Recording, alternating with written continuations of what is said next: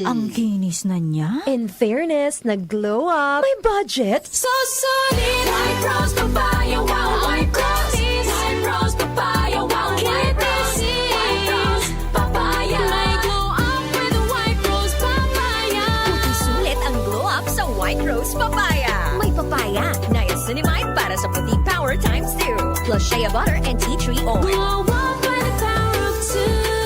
White Rose Papaya. Puti sulit ang glow up. Regular use helps. Results may vary. White Rose Papaya. Manufactured by ACS ISO certified world-class quality. Narito na ang 774 News Update. News Update. Narito na ang mga balita sa oras na ito, hatid sa inyo ng 774 News Team. Pangulong Ferdinand Marcos Jr. iniutos ang pag-decentralize ng mga farm inputs ng mga magsasaka. Sa detalye ni Chanel Salazar. Iniutos ni Pangulong Ferdinand Marcos Jr. ang agarang pag-decentralize ng pamamahagi ng mga farm inputs para hindi na madelay ang mga binhi, pataba at pesticide sa mga magsasaka. Sa pakikipagdialogo ng Pangulo sa mga irrigators, diretsahang inireklamo ng mga magsasaka ang mabagal na dating ng kanilang pangailangan sa taniman.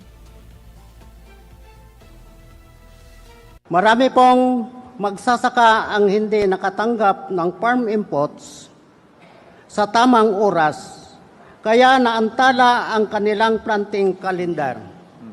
Dahil dito, may mga pagkakataon din na nasasayang ang mga inputs na ipinagkakaloob ng Department of Agriculture. Sapagkat huli na itong dumarating. Marami po kaming natutulungan kung paano masisiguro na matanggap ng mga magsasaka ang tamang inputs sa tamang panahon. Sinabi naman ng Pangulo na hindi dapat nakaasa sa iisang sentro ang distribusyon. Sa ilalim ng bagong direktiba, ikakalat ang imbakan at produksyon sa iba't ibang rehiyon para bago pa magsimula ang taniman, nakahanda na ang pataba at pesticide. Ang instruction ko sa Department of Agriculture, sabi ko unang-una, kung dapat habang maaga pa, bago pa magsimula ang planting season, dapat meron na tayong mga kinukuha na lahat ng mga iba't ibang inputs na nandiyan na at ikalat na habang pwede naman natin ipag-antayan eh. Halimbawa, pagka yung pataba, pagka yung fertilizer, pagka yung mga pesticide, ay hindi naman pwede naman i-storage muna yan. Kasi agahan ninyo ang bili para pagdating ng panahon ng planting season ay nandiyan na, hindi na aantayin na bibilhin pa lang, dadalhin pa lang dito sa Pilipinas, kung imported pa, dadalhin pa sa lugar na kung saan nangangailangan, ilang buwan yun. Pati ang paggawa ng seedlings ipalilipat sa mas maraming lugar upang mas mapalapit sa mga magsasaka at hindi na kailangan bumiyahe pa ng malayo. Binigyan din ng Pangulo na ang susi ay malinaw na koordinasyon sa pagitan ng national agencies at local implementers upang masigurong walang aberya at walang nasasayang na taniman. Ako si Chanel Salazar ng DWWW 774, your ultimate music radio. Maraming salamat, Chanel Salazar. Samantala, House Committee on Tourism inaprubahan na ang panukalang alisin ang travel tax. Sa detalye ni Grace Mariano. Lusot na sa House Committee on Tourism na pinamumunuan ni Romblon, Representative Eliandro Madrona ang panukalang tanggalin ang travel tax na dagdag gasto sa mga Pilipino na bumabiyahe sa abroad. 6 ang panukalang batas na nakahain sa Kamara para sa abolition of the travel tax ang inaprubahan ng komite, kabilang ang House Bill No. 7443 na inihain ni House Majority Leader Sandro Marcos. Bunsod nito ay inatasan ni Madrona ang Committee Secretariat para bumalangkas ng committee report na agad ipapadala sa Committee on Ways and Means at Committee on Appropriations. Ito ay para higit pang mapag-aralan at plantsahin ang mga panukala, lalo na sa aspetong may kinalaman sa pondo at pagkonsidera sa posisyon ng mga stakeholders. Kabilang sa nakikinabang ngayon sa nakokolektang travel tax ay ang Tourism Infrastructure and Enterprise Zone Authority o TIAZA, gayon din ang Commission on Higher Education at National Commission for Culture and the Arts. Ito si Grace Mariano para sa DWWW 774, your ultimate music radio. Maraming salamat, Grace Mariano. Samantala, sa iba pang balita, dayuhang nagpanggap na Pilipino inaresto ng Bureau of Immigration. Sa detalye ni Gina Mape.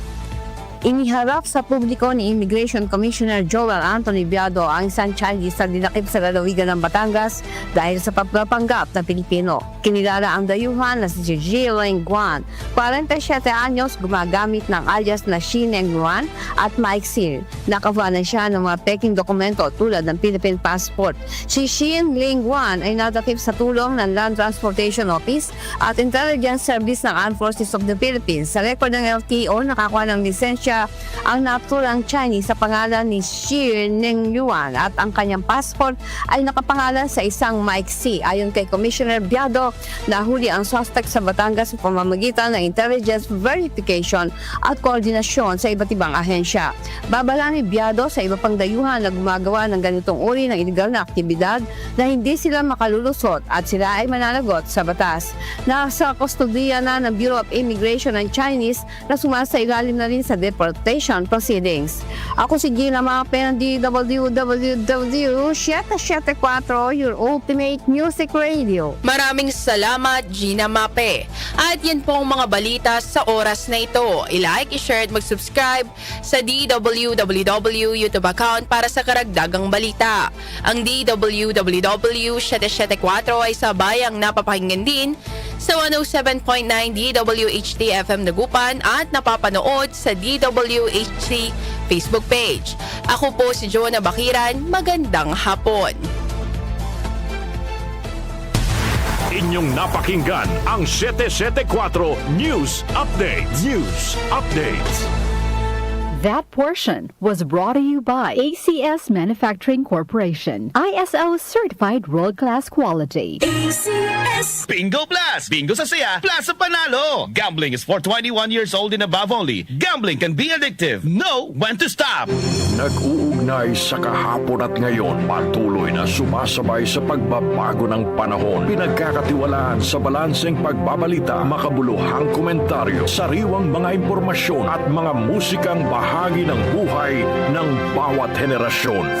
DWWW 774, your ultimate news and music radio. Mas pinalawak, mas pinalakas.